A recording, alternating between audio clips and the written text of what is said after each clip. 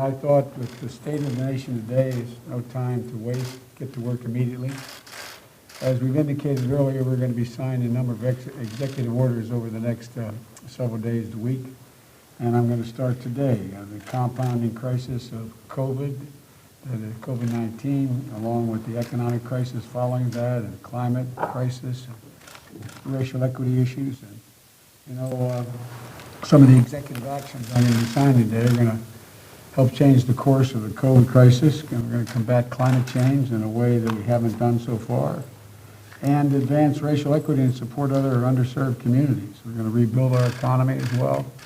And these are just all starting points. We're going to, in the process of rebuilding the economy, do what I said throughout the campaign and while running rebuild the backbone of the country, the middle class.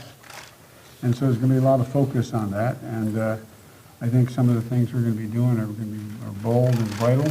And there's no time to start like today. So what I'm going to be doing, I'm proud of today's executive actions. I'm going to start by keeping the promises I made to the American people. Long way to go. These are just executive actions. They are important, but we're going to need legislation for a lot of the things we're going to do. And the first order I'm going to be signing here relates to COVID, and it's requiring, as I said all along, where I have authority, mandating masks be worn, social distancing be kept on federal property, on interstate commerce, etc. So this is the first one I'm signing. And the second one I'm signing here is the support for underserved communities, and we're going to make sure we have some bedrock equity, equality as it relates to how we treat people and health care and other things. We'll give you copies of these executive orders. And the third one I'm going to sign, and that's what I'm going to do while you're all here, is the commitment I made that we're going to rejoin the Paris Climate Accord as of today.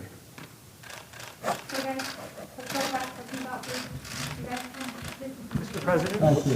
Mr. President. What did President Trump write to you? You guys, let's go. Please, let's go. The President wrote a very generous letter. It's because it was private. I will not talk about it until I talk to him, but it was generous. Okay, guys, let's go. You guys, let's go. Brazil on climate change. You were rejoining Paris Agreement, and you mentioned Let's go, Brazil. you guys. Come on, let's go. Do you have concerns about Let's go, you guys. Press, let's go. Let's go. Welcome to the White House. Do you have any concerns about You guys, let's go. President Joe Biden signing his first executive orders as president. Let's get to Kayla Tausche in Washington. First order of business, a mask mandate, Kayla. And notably, the president, I almost called him the president-elect again. I'm so used to doing that, Melissa. President Biden wearing a mask himself, despite the fact that he himself has received both doses of the COVID vaccine, talking about how important it is to get the pandemic under control, and really illustrative that that is the first one out of the 15 that you saw stacked on the side of his desk, almost like restaurant menus, one after the other, that he was going to be signing, but that was the most important that he wanted to sign. He also made reference to the rejoining of the Paris Climate Agreement and the importance of showing that leadership on the world stage. And on that note, Melissa, almost concurrently with that video coming in, we received a statement from former Treasury Secretary Hank Paulson. Of course, he was a Treasury Secretary in a Republican administration, but he praised the decision to rejoin the agreement, saying that climate change is the most certain threat to our planet, our people, and their livelihoods. And he says that he commends the administration for leadership and wisdom in making climate change a priority for his administration. So certainly not all of the responses from the other side of the aisle on the climate issues have been negative. One, for example, from Paulson, very positive. And then you heard at the end of that pool spray when reporters tried to ask him about President Trump's letter that he left behind. We still don't know the contents of that letter, and reporters asked about what it said, what President Trump left as a message for his successor. And President Biden said that he wanted to discuss it with President Trump first before sharing the contents more widely. Melissa? All right, Kayla, thank you. Kayla Tausche.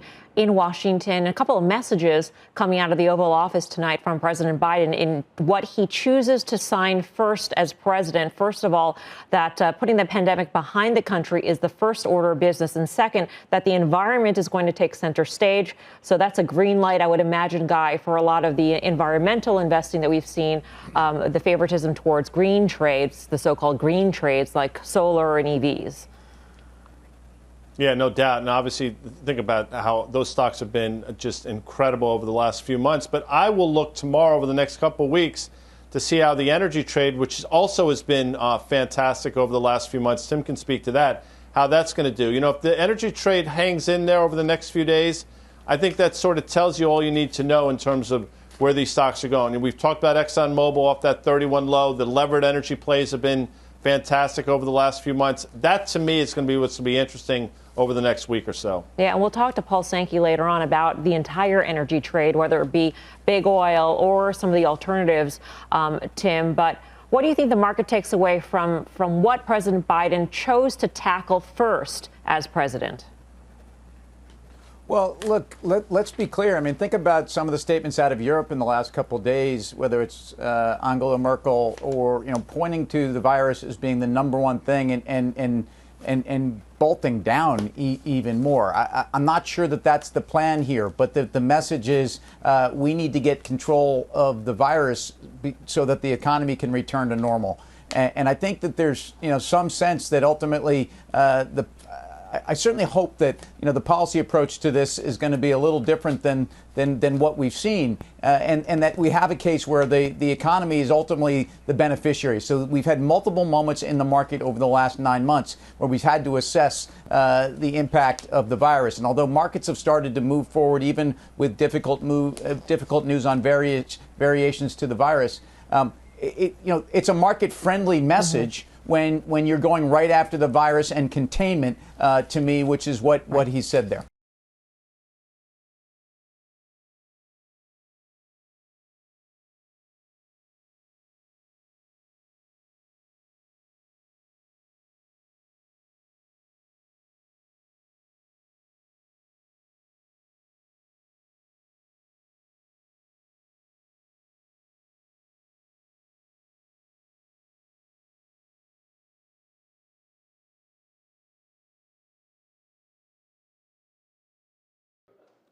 Shepard Smith here. Thanks for watching CNBC on YouTube.